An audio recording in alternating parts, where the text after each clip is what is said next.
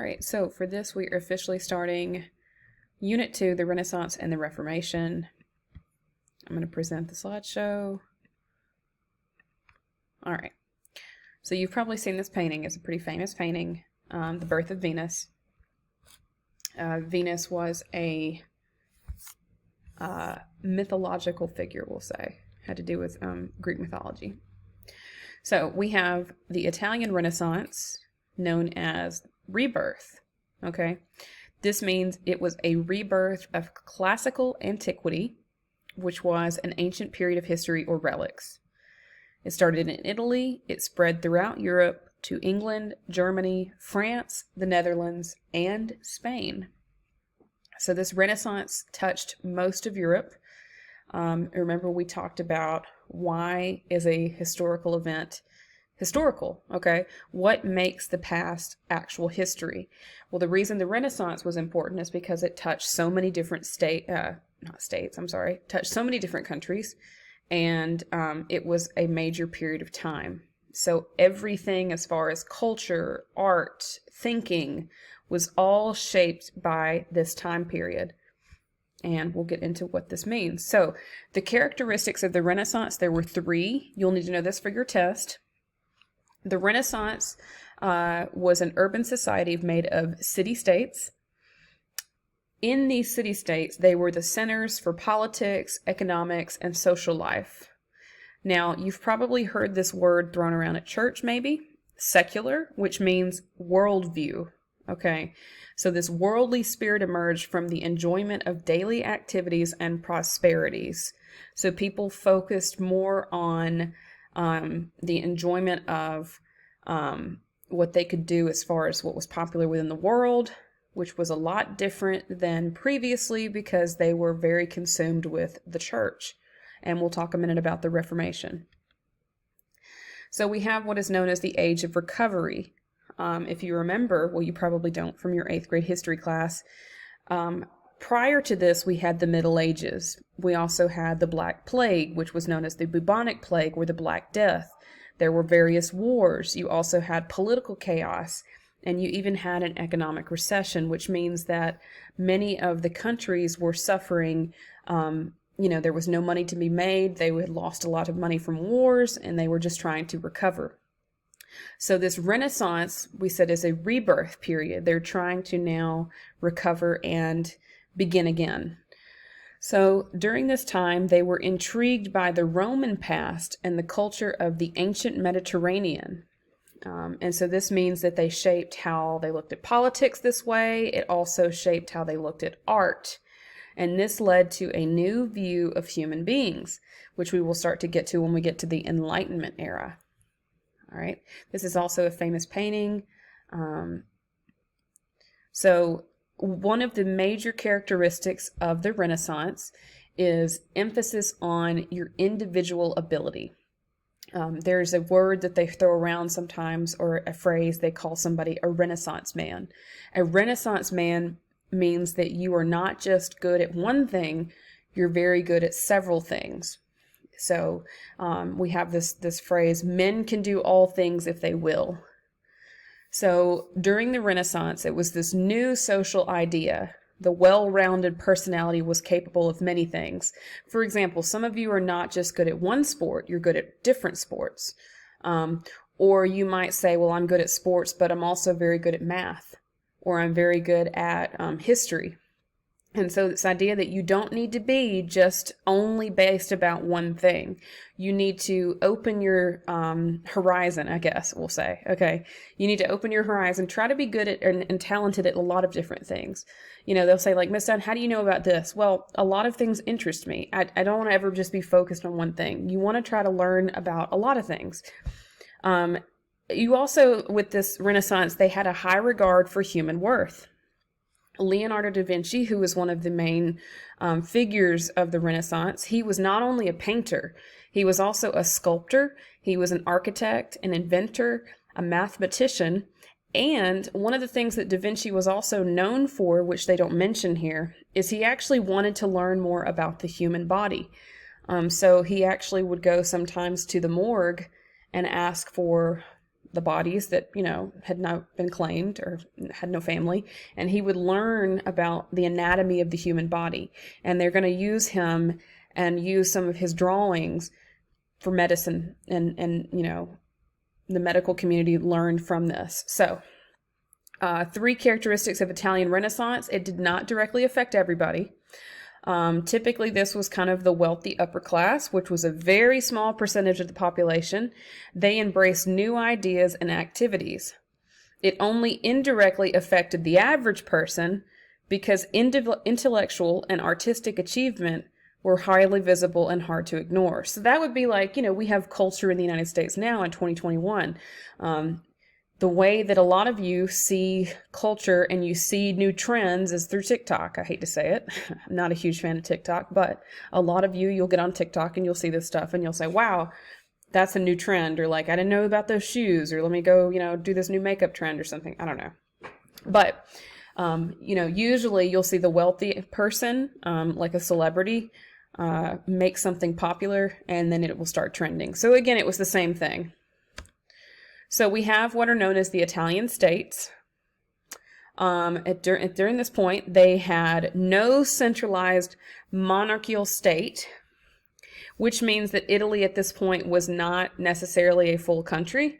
Okay, so a city-state is kind of like it operates on its own. So if you know anything about Italian history or Greek history, it's kind of the same thing. There were city-states that operated as their own country. So they kind of would battle each other sometimes. There would be unity depending, if they were friendly towards each other. But the city-states in northern and central Italy remained pretty much independent of each other. Okay, so if you notice here, we've got different areas across Italy. And what you're going to notice, or what will happen, is that each of these city-states, and even today, different parts of Italy, just like, think about like the South, okay? Alabama has different traditions than Mississippi does. Florida has different traditions than Georgia does, okay? And it's the same thing here. They are going to kind of have different cultures and different things that are important. So we have Milan. Milan is one of the richest city-states in Italy.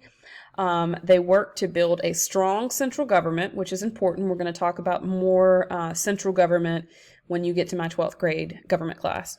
So during this time, the 14th century, they were ruled by the Visconti family, which ended in 1447. And that's one of the things you need to know. So when you think of like a monarch, which is a king or queen, at this point in Italy, it would almost be kind of like a monarch, except it would be a family. Which is kind of the same thing, because if you think about the Queen of England, for example, that is a family line. So her father was the king. When he passed, he gave down his title to her. Okay, so it's the same thing here. Obviously, this will run out. Their rule ended in 1447. So then after that, you have Francesco, I'm just going to say Sforza. He conquered the city in 1447. He was a condottiere. And I'm not Italian, so I'm probably going to get some of these wrong, which means that he was a leader of a band of mercenaries. A mercenary is someone who someone will pay to go take care of something for them. They could be like a hitman, or they could be ex-military, but they're, it's kind of like you would think of a military person for this. So when he came into power, he created an efficient tax system, which was a revenue for the government, because the government does not make money on their own. The way they have money is because they have taxes, and they tax the population like we do in the United States. Now, Venice is another major northern Italian city-state. It was rich because of the fur trading in the Mediterranean. Think about the Mediterranean Sea. It's a very pretty area. A lot of wealthy people go there and they vacation. A lot of yachts. Now, that's 2021. Obviously, it was not back then. They didn't have yachts. But a small group of merchant aristocrats, and the word aristocrats is rich. So this was now a small group of rich elites who ran the government in Venice. The trading in Venice gave it status of international power. So this was a very powerful city-state in Italy because of its trading. It was right on the water. They could easily have boats back and forth to trade merchandise, whatever, they had. Now we get into Florence. Florence is going to be very big for the Enlightenment era. Art is also very important there. So Florence dominated the region of Tuscany. Tuscany is also known for like wines and things. So in Florence, there were wealthy merchants who controlled the city in the 14th century, but that led to wars. In 1434, Cosimo de' Medici, the Medici family is also very big at this point. They had a republican government, and he ran the government behind the scenes. When we say a republic, it's where you elect people to run the country for you, which is what we have in the United States. But Medici here, he ran it behind the scenes. So that was kind of not a true republic. So you also have Cosimo and Lorenzo. They are the grandson. They are appointed loyal supporters to government posts. Unfortunately that happens. Is that kind of a bad thing? Yes, you're not just really supposed to just appoint your family members to different positions in the government, because that's kind of like giving them a job they didn't deserve. I had to get coffee, sorry. So the Medici family dominated when Florence was the cultural center of Italy. And when we say cultural center, it's like everything that was popular came out of Florence. So like I said, it was known for the arts. It was known for thinking, knowledge. So a lot of people moved about through Florence, and that's what made it important. Other small city-states had women who will play important roles, and we have Isabella d'Este. We'll talk about her later. So, like I said, what is a Republican government? They vote for representatives who will make government decisions for them. So like we have in the United States, for example, the United States population is too large. There's no way that we could actually all vote or take a vote in order to have our say in the government and what happens. So what you do is every, November, you will vote in an election. You cast a ballot towards not only the president, okay, but that's only every 4 years. But you also cast a ballot for your senators, for your House of Representatives members, your local city council. The city council is who directly affect you as a citizen of Tuscaloosa, because they're the local government, and those are really the people that you need to get an idea of. So my rant is over here. But anyway, like we said at the bottom, who else has a Republican form of government? It's the United States. So during this time, there was a big struggle for power. In France, you have Charles VIII, which led an army of 30,000 in 1490, and he occupied Naples. You also have Spain trying to come in and take over parts of Italy. So Italy ran to Spain to fight French invasions, so they start to ask for help. The end of the Italian Renaissance, because there was a war between the French and Spanish. In 1527, you have, of May 6th, Charles I sacked the city of Rome, which basically means he came in and he took it over. So sacked is a funny word that you can use for that, but basically he destroyed it. This ended the Italian Wars and the Renaissance in Italy. So how would you describe the political world that existed in Italian states?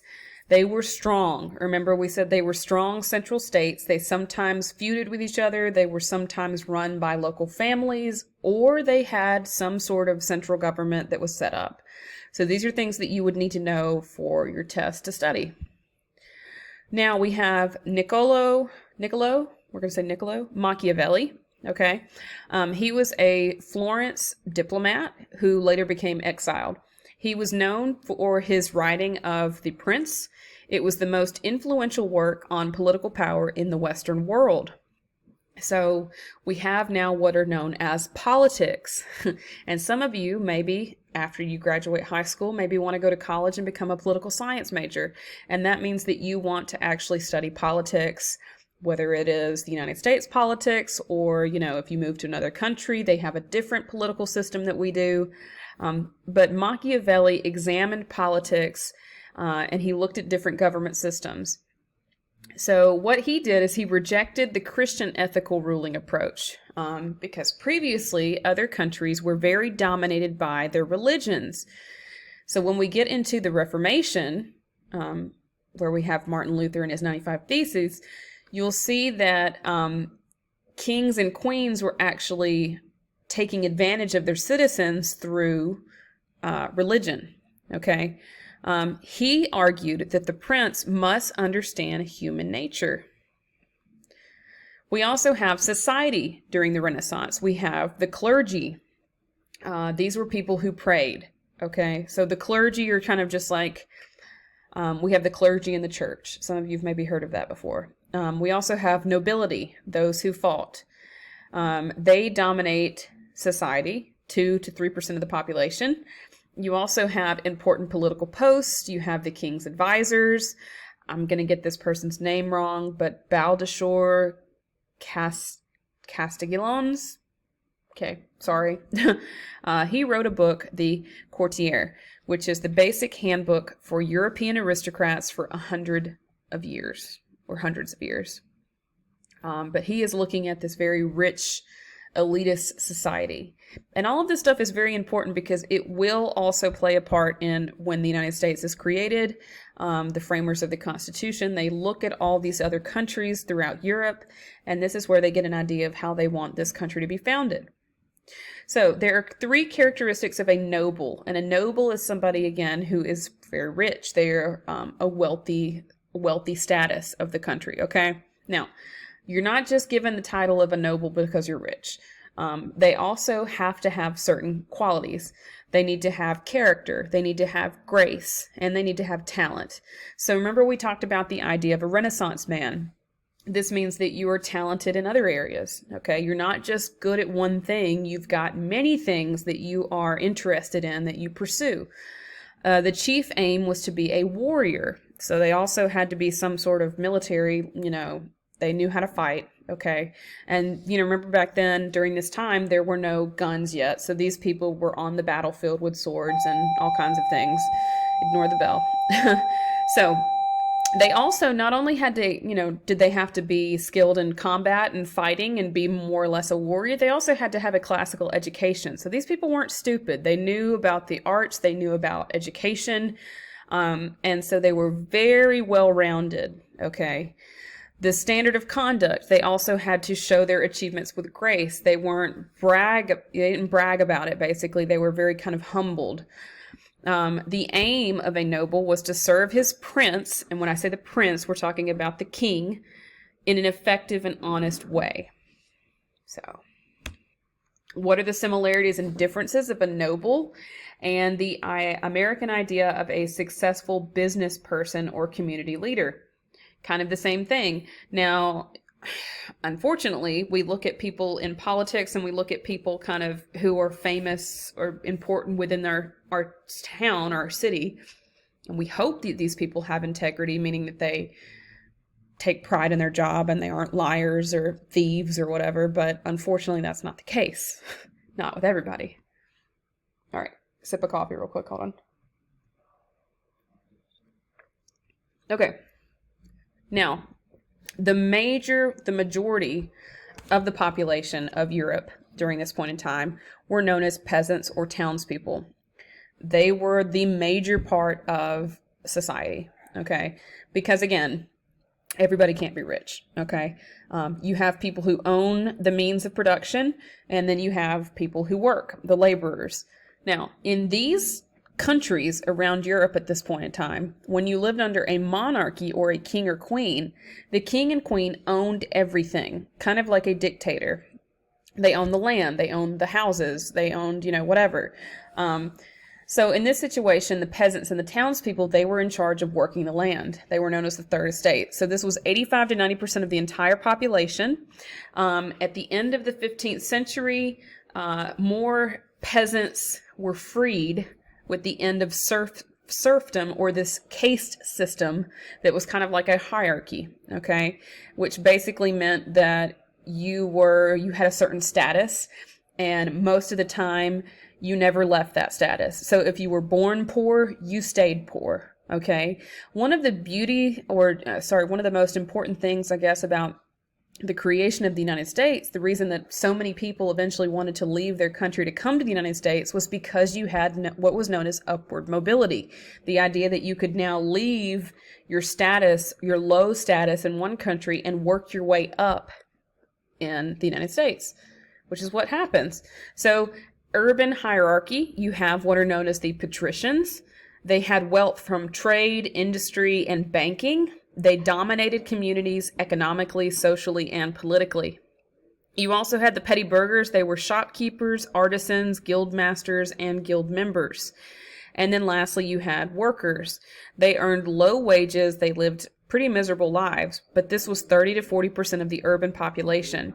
Now, remember when I say urban, this is in the city, okay? If I go back, these people worked in, kind of towards out in the country, basically. This was in the urban cities. This famous is very important, or painting is very notable, the girl with the pearl earring. So family and marriage in Italy, they had an interesting setup here, okay? In Italy, they have what were known as arranged marriages, which you've probably heard of this before, but an arranged marriage is where you don't just get to pick your spouse, your husband, your wife, whatever. It means that maybe your parents pick them for you. Sometimes you might not even ever met these people, but it's all a business deal, okay, or family ties. So in order to them to gain power, sometimes they will arrange their daughter or their son to marry another prominent family's daughter or son in order to make a business deal to gain power, to gain money. Now, what you also need to know is there was a dowry. Okay, this was important for a potential wife because they had to pay. Okay, so a dowry means that the wife's father had to pay. The father's role: he gave the family name, he managed all finances, he made decisions, and this is between a husband and wife, okay? And they were formally freed the children into adulthood before a judge. The mother's role, notice that she was not a worker, she was not allowed rights to work, she was basically just to supervise the household. And this is going to stay the same in a lot of these countries for many, many years, where a woman is looked at as just kind of the housekeeper. She didn't never expect to have a career or pursue any kind of passions that she wanted. She was pretty much just somebody who stayed at home, taking care of the kids and cooking and, that. So now we get into the intellectual and artistic Renaissance. Again, this is, we have Da Vinci here. So humanism and the Italian Renaissance. So the intellectual movement based upon the study of classics or the literary works of ancient Greece and Rome. So during this time, they studied liberal arts, which was known as the humanities. For example, like Montevallo, the University of Montevallo is a liberal arts college where they study art and writing and things like that. So, if you wanted to go to college for a specific major, you definitely want to make sure that your university is tailored towards your needs. Some programs are not as good as other programs, other colleges, but we'll talk about that. Liberal arts focuses on grammar, rhetoric, poetry, moral philosophy or ethics, and history. Now, you have, and I always get his name wrong, Petrarch. I always butcher his name, I'm sorry. He was the father of Italian Renaissance and humanism. So human emphasis on the use of pure classical Latin. Okay, Latin was kind of known as one of the first languages. So they used works of Cicero as a model for prose and works of Virgil, which I'll show you who Virgil is. Virgil has a very interesting piece of work here. Let me show you. Virgil. All right, so Virgil, is it not going to show what he wrote? Okay. Well, anyway, he was a Roman poet, known for his national epic, the Aeneid. I always forget how that's pronounced. But anyway, Virgil was a famous poet. Okay. Very interesting person if you ever read about him. I took a class and we talked a lot about Virgil. Okay.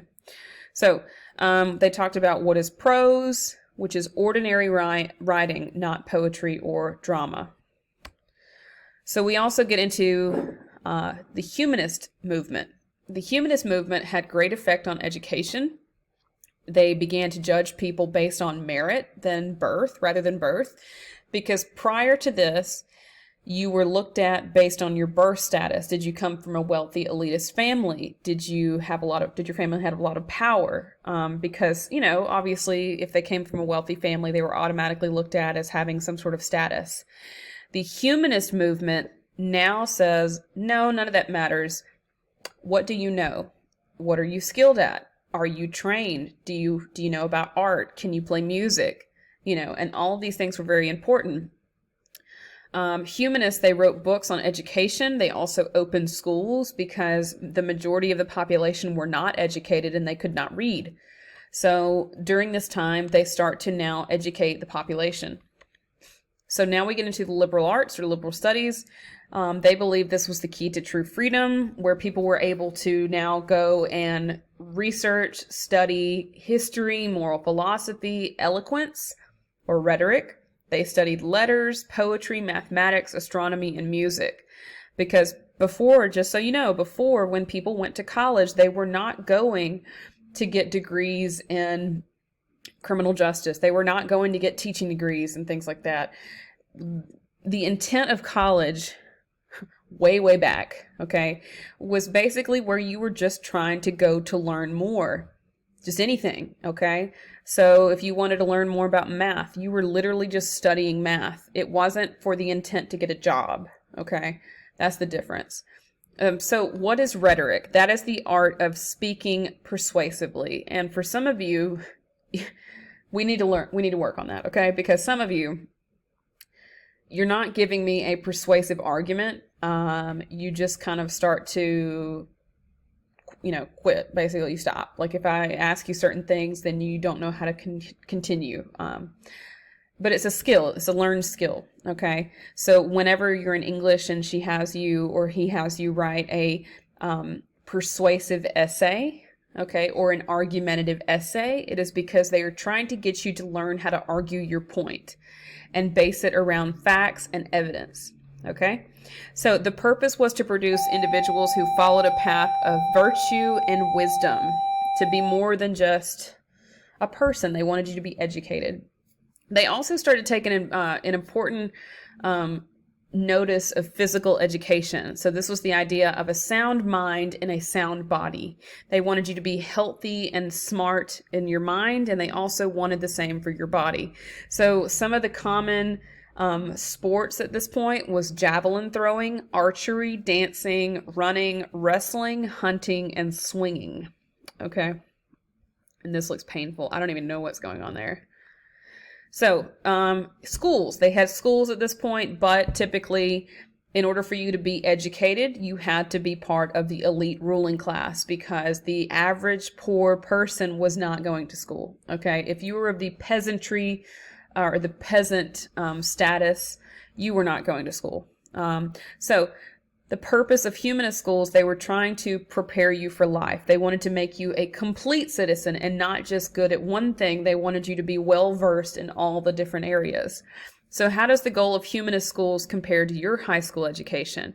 If you consider where we are in our high school education, you're required to know math, English, science, history, okay? So they do we want you to know certain things about everything, okay? Because depending on where you go to college or if you go to college at all, the idea, or even if you don't go to college, the idea is we want to give you enough skills to be able to make it, okay? We do try to make individuals pretty well-rounded in what they know, but, some people don't get their high school diploma. Now, the females, few attended schools, okay, at this point. They were actually largely absent. But if you were a female and you were of wealthy position, if you had a very wealthy status and you were able to attend schools, they studied the classics. And when I say the classics, I'll show you this real quick because we are going to talk about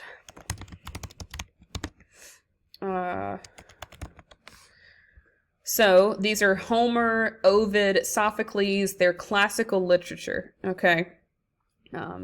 These are newer classic. These did not exist back then. We're talking about Greek history, Roman history, or the writings of these people, okay?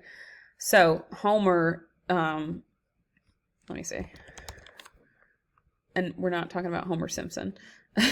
Yeah. See, even when I was in high school, we had to read the Iliad and the Odyssey. It is an epic poem. It's just a long, big, long poem. But maybe you had to study that in one of your English classes. I know it's definitely going to be on part of like the ACT. They like to refer back to it, but this is what women studied. They also studied some history. They learned writing, dancing, singing. They could play the lute, which was a musical instrument that they had back then. Kind of like a little, I mean, it's not really like a guitar. It's kind of like a mandolin, but it's, just Google it, okay? They also had appreciation of poetry, religion, and morals. They were not able to learn mathematics or rhetoric, okay, which is a big deal. Those were kind of looked at as just male-dominated things. Let me get a sip of coffee. All right, now we go into vernacular literature. Now, this means that with this whole humanist viewpoint, okay, they emphasized classical Latin, but vernacular was also used, which means that the language was spoken in their own regions. So it was kind of like different regions of the country or regions of the area had different twists to their language. So for example, like, let me try to say this. Central America. Not every Spanish-speaking country speaks the same Spanish. They have their own twist on it. They have their own meanings to different words. Just like in the South, we have different meanings to different things. Okay? So a vernacular is kind of like a twist on it depending on where you live. Your accent, your slang, things like that. Okay? So in the 16th century, it was all about competing with Latin, and it would replace it. Renaissance literature emphasized individual personality. Now, Dante's Divine Comedy. This is what I was trying to refer to earlier. So, this is Italian vernacular. This is about a soul's journey to salvation. It goes through hell, purgatory, heaven, and then eventually, or paradise. But this is a very long story. I think we read this for the first time in high school, maybe like 9th or 10th grade. But this is a very interesting story. If you've never read it before, you might actually read it in your English class. You definitely are going to read this as your senior year. We have Geoffrey Chaucer's The Canterbury Tales. I hated this for some reason. I don't understand it. It's not my favorite, but again, you probably have to read it for English purposes. So this is the English vernacular. It's a collection of stories told by 29 pilgrims going to the tomb of... Why is this about to blow? My screen. Okay. Going to the tomb of St. Thomas a Becket at Canterbury, England.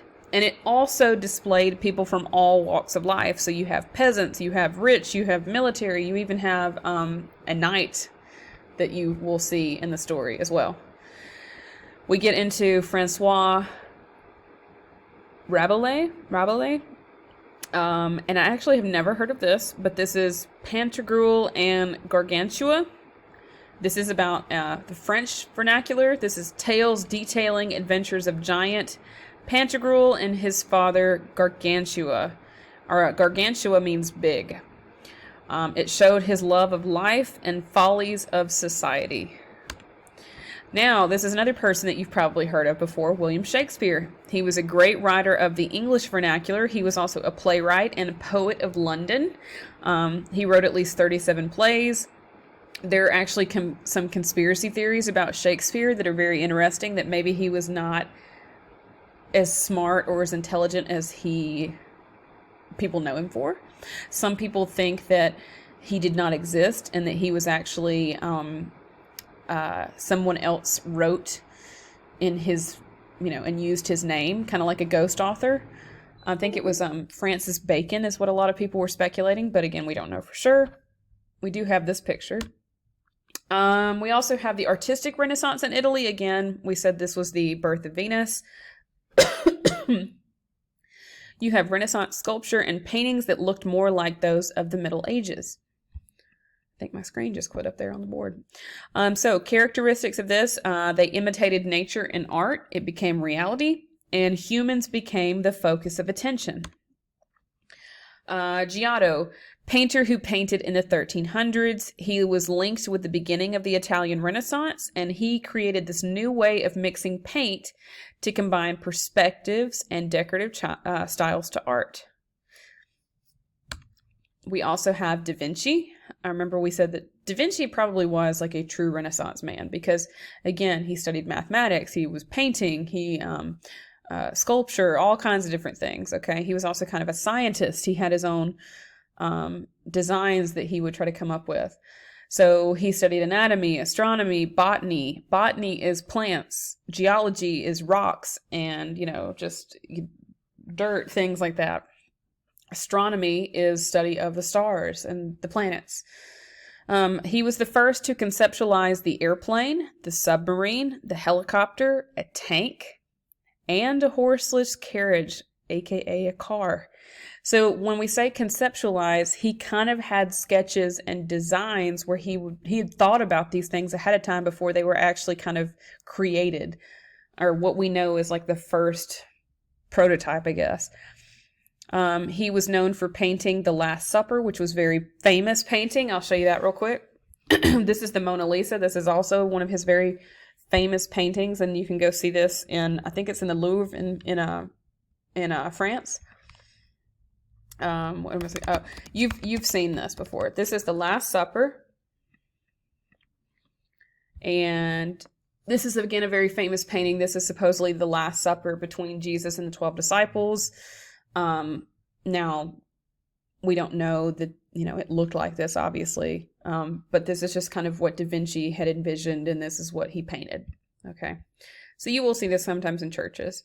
So let me go back. He also painted the Adoration of the Kings. He was paralyzed in 1517, and he lived in a French chateau given to him by King Philip. We also have Michelangelo. He was born March 6, 1475. His name means angel or angelo. Under Lorenzo Medici's guidance, he studied Greek sculpture and anatomy to understand the human muscle and bone structure. Pieta, notice how young Mary looks. David, Moses, mural of the Bible, stories on the ceiling of the Sistine Chapel in Rome. Okay, so Michelangelo did paint the Sistine Chapel, and I will show you some pictures. Oh, I gotta get out of here. So,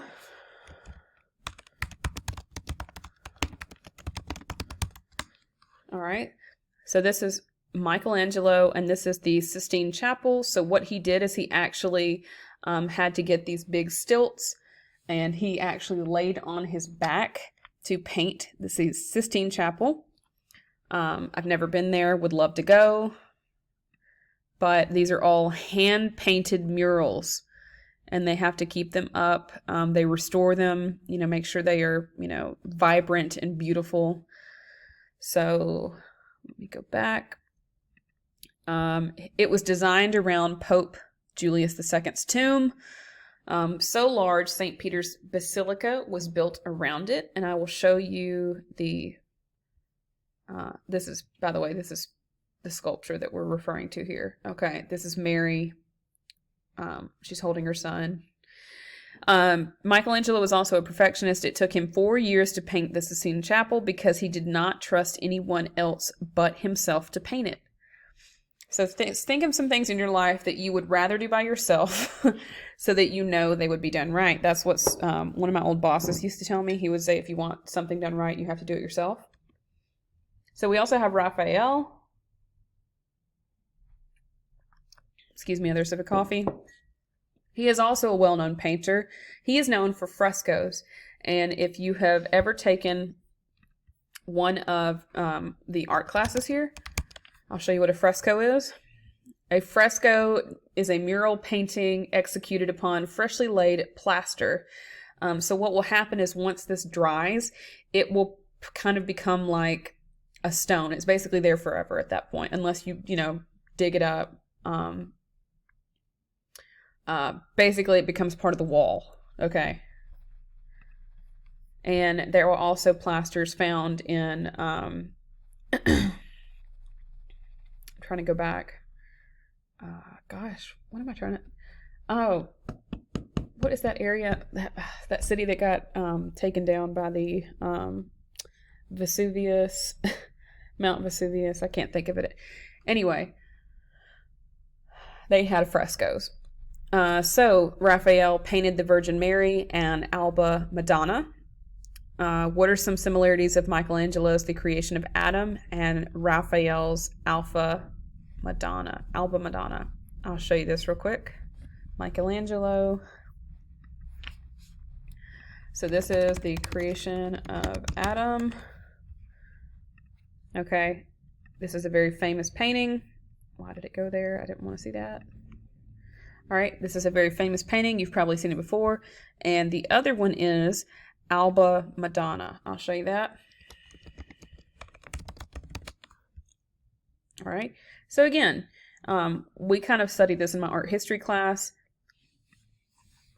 The difference here, you notice, this is Mary, okay, and this is Jesus, and I'm trying to remember if this is John, maybe? I can't remember. Okay, but you see here, a little bit different.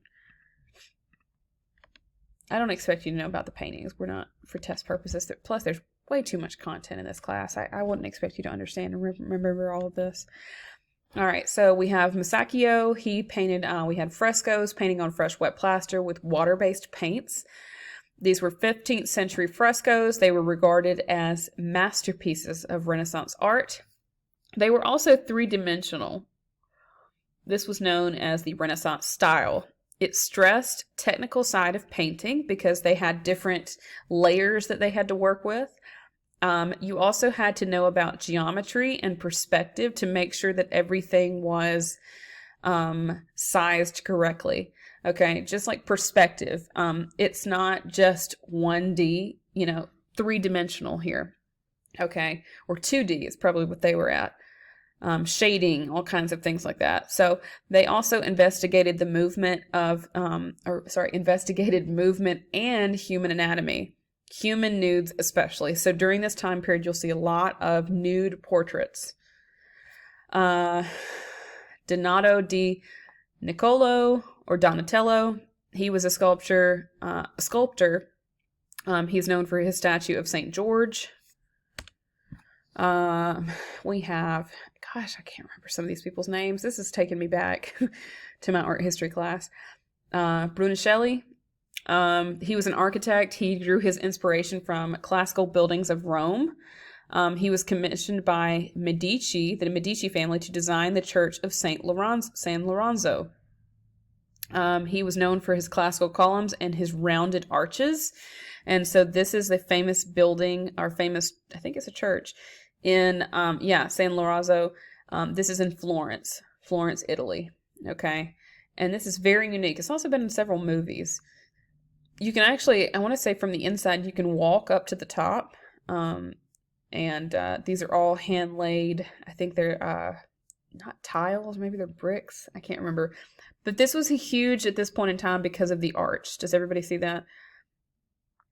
It was not just your typical building. It was very crafted. Okay. So how is the emphasis on the individual universal person demonstrated in painting and sculpture during this period? They were getting outside of the box. They weren't just using the different, the same old things. They were starting to look and be, and actually think. They were pursuing knowledge. They were thinking critically. Okay, and this was different than what had happened before. We also have what is known as the High Renaissance. This is from 1480 to 1520. It's the final stage of the Renaissance period and Renaissance art. During this time, artists mastered new techniques for realistic portrayal of the world, and they moved into forms of creative expression. So this is Northern Artistic Renaissance. We have the characteristics. The human form became the major vehicle of expression. And when I say vehicle, I'm not talking about a car or a train. It's just a way of expressing themselves, okay? So they focused on technical skills to portray humans in realistic settings. They painted illustrations for books, wooden panels for altarpieces, and they were masters at detail. Schools was also important. It was important, and it was founded in Flanders. You have Jan van Eyck, Giovanni, wow, Arnolfini, and the Bride. This is also a famous painting. What you notice here is kind of dark. You notice how all of the shadows and the contrast of the painting. He was the first to use oil paint, which was a variety of colors to create fine detail. Just so you know, when you're painting during this period of time, to get like a rich green like that would be a little harder to find. He imitated nature not by mastery of laws of perspective, but by simply observing reality and portraying details best he could. Okay, notice this man here. He looks a little alien. He's got a very long nose. I don't believe he probably looked exactly like that. But again, Van Eyck portrayed him as best he could. Wow. Now, I know the painting, Durer, we're just going to say Durer. Okay, this is Adoration of the Magi. He is a German artist. He was greatly affected by the Italians, so he drew a lot of inspiration from Italian Renaissance painting. He tried to achieve a standard of ideal beauty. So what you also need to know is that some of these painters, they didn't just paint these paintings for fun. A lot of them were commissioned by a rich family to paint paintings or, maybe portraits of people. And when they were commissioned, if they were trying to achieve a standard of ideal beauty, it means that maybe the people in the painting probably were not as attractive as they were shown to be. It's kind of like they had a filter, okay? Because they would make them look better than they did. So you look at these paintings and you're like, was that person really that attractive? Probably not, okay? Renaissance lifestyle. Clothing of the time. You had bright, loose-fitting, and again, keep in mind, this was for the wealthy elites. The peasants were not wearing bright, loose-fitting clothing, okay? They were extravagantly dressed in silks and laces. It was typical for belts and buckles. They were high demand. They also wore a lot of jewelry, rings, necklaces, and bracelets. Some of the men and the women wore wigs. Blonde hair was also attractive. They also had high foreheads. For some reason, it was looked at to be like a beauty trend for them to have a high forehead. And as a result, some women would actually shave their hairlines to move it up a little bit because they were trying to fit in with the beauty standard. Now, men would wear small caps. They might wear a short, low-cut jacket. They would wear multicolored tights, soft shoes. The older men actually wore long gowns with sleeves. Women would wear simple high-waist gowns, sleeves tied at the wrist, slipper-like shoes. They would braid their hair, or they wore garland of flowers in their hair. They would wear nail polish and makeup. Perfumes were also popular and heavily used because at this point in time, people did not understand the importance of bathing. Bathing was not something that was looked at as like necessary for health reasons. So the reason they would bathe sometimes is just to maybe get the smell off. But they didn't bathe very often. And as a result, they wore a lot of perfume. So it was needed because they probably smelled. Okay. Music, it was composed mainly for church services. We have the polyphonic style where you have 4 voices, the soprano, the alto, the tenor, and the bass. The master was the palestrina. We also have secular music. When we remember, secular means worldly, so this was popular at the time. It told of brave deeds, described lovers, or mourned a loved one lost. Still popular today. Songs were called chansons. We have the madrigal style. This was kind of known at this point. They were more love songs. This was more sophisticated than chansons. Italy's famous composer was Monteverdi. England's famous composer was Thomas Morley. Theater was also very important and popular.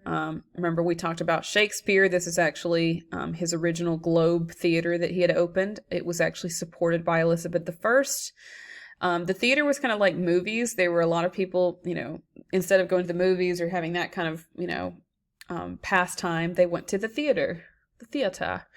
They wanted to laugh, relax, and escape the harsh reality which was their life. Okay, tickets were cheap or often free. We also, for leisure activities, there are games and sports. During the wintertime, they ice skated and they skied. They played chess. They played checkers. There were card games. They were storytellers. They also had singers, dancers, actors who were hired. These people wore masks. Opera was also very popular. Coffee sip. Foods. They had spices from different traders from around the world. So they had Arabian traders, which was cinnamon, pepper, cloves. Columbus, he brought allspice, lima beans, maize, sugarcane. I don't know how to pronounce. Okay, choco beans, which is what chocolate is made from. So these are things that was traded from North and South America, or North America. They would also feast on things, and this is not everybody had feasts. Again, remember this was probably for the rich, wealthy elites. If they ever held a feast, this is probably what they served. They would have roast chicken, pork ribs, Cornish game hens, marinated quail, steak a stick, cheese, mushroom pies, toad in a hole, Cornish pasties, which is meat and potatoes and pastry, bangers, which are known as large sausages, pierogi, which is turnovers filled with meat and spices, elderberry, funnel cake, chocolate dipped berries, black pears with carob cream. They also had drinks, which were ales, beers, wine, which were watered down for children, Turkish coffees, spiced teas, and kefir. I think it's kefir. Wow. They also had what were known as fairs. These are traveling musicians that came to town. They had musicians, jugglers, puppeteers, actors who entertained the public. So kind of think about the fair that comes to town every so often, where the little carnival rides and stuff. This is kind of like that. They had celebrations of harvest, Midsummer's Day, and May Day. Some were reminders of ancient rites intended to ensure the earth would stay fertile. The occasion brought dancing, games, and recreation. Now, this is where we get into the scientific renaissance. In the scientific renaissance, we have Galileo. He was the founder of modern experimental science. At age 20, he discovered the laws of the pendulum while watching a great lamp swing from the ceiling of the cathedral in Pisa. The first practical use of the telescope we credit to Galileo. He also discovered that the moon was not smooth surfaced, but marked by valleys and mountains. So you can imagine these people walked about all day long and looked and saw up at the sky, and they couldn't tell that the moon was creviced and holed and had all these different things. It just looked smooth from where they were standing. But because he created the telescope, he could now see that the moon actually had ridges. It had, it was not a smooth surface. He also observed the Milky Way as a mass of stars. So the inventions during this time, you have the clock. It was invented in 1581. We have, through the use of the pendulum, it only had mechanical clocks before. The printing press. Now, I told you, I think I mentioned this in class, the printing press was very important because this is what now mass-produced books or writings. For example, before this time, not a lot of people had access to the Bible. Typically, the Bible was printed very few copies, and so it was rare for a church to have a copy of the Bible, which means that the people in the church could basically say whatever they wanted as fact, even though it was not true. And they could kind of use and lie to their congregation to make money off of them, which is what they did. But with the printing of the mass production of the Bible and the printing press, you now had people who learned to read. It helped to educate the public, and it also helped to, kind of just really just to mass produce writings and things like that.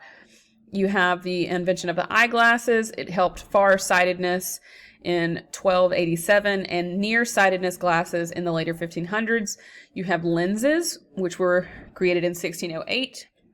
We credit that to Hans Lippershey. He put two lenses together, making a magnified image. The musket, which was a weapon, a gun, it was created in Spain in the 1500s. Gone were the knight in shining armor. Now we have the introduction of guns. And we have a rudder. And if you know what a rudder is, you will need it on any kind of boat or vessel that you're on that is going to be in the water, because it will help steer your ship. We also have wallpaper. In 1496, the first paper mill came about, and for 200 years, England was the premier producer of wallpaper in Europe.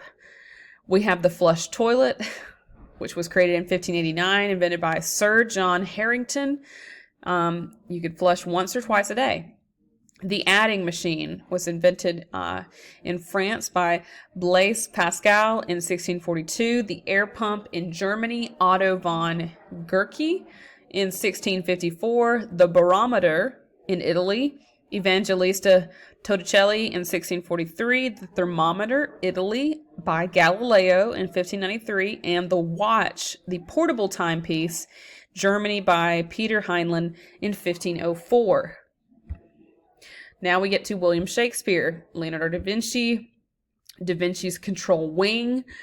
See, he had already actually started to think about a wing. He looked at bats. He studied kind of how these things moved. How do they create that movement? And they are going to kind of look into his writings and his notes to help create planes, because you need to have a wingspan for that. Again, he is a famous painter. He painted the Mona Lisa. He had proportions of the human figure. This is a very important drawing.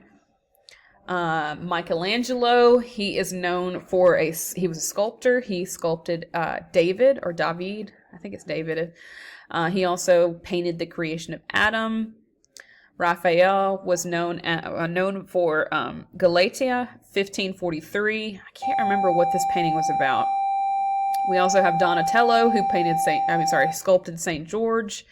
Again, we have Galileo. Gutenberg created the printing press. Botticelli, again, painted the birth of Venus in 1485. We have Cosimo de' Medici.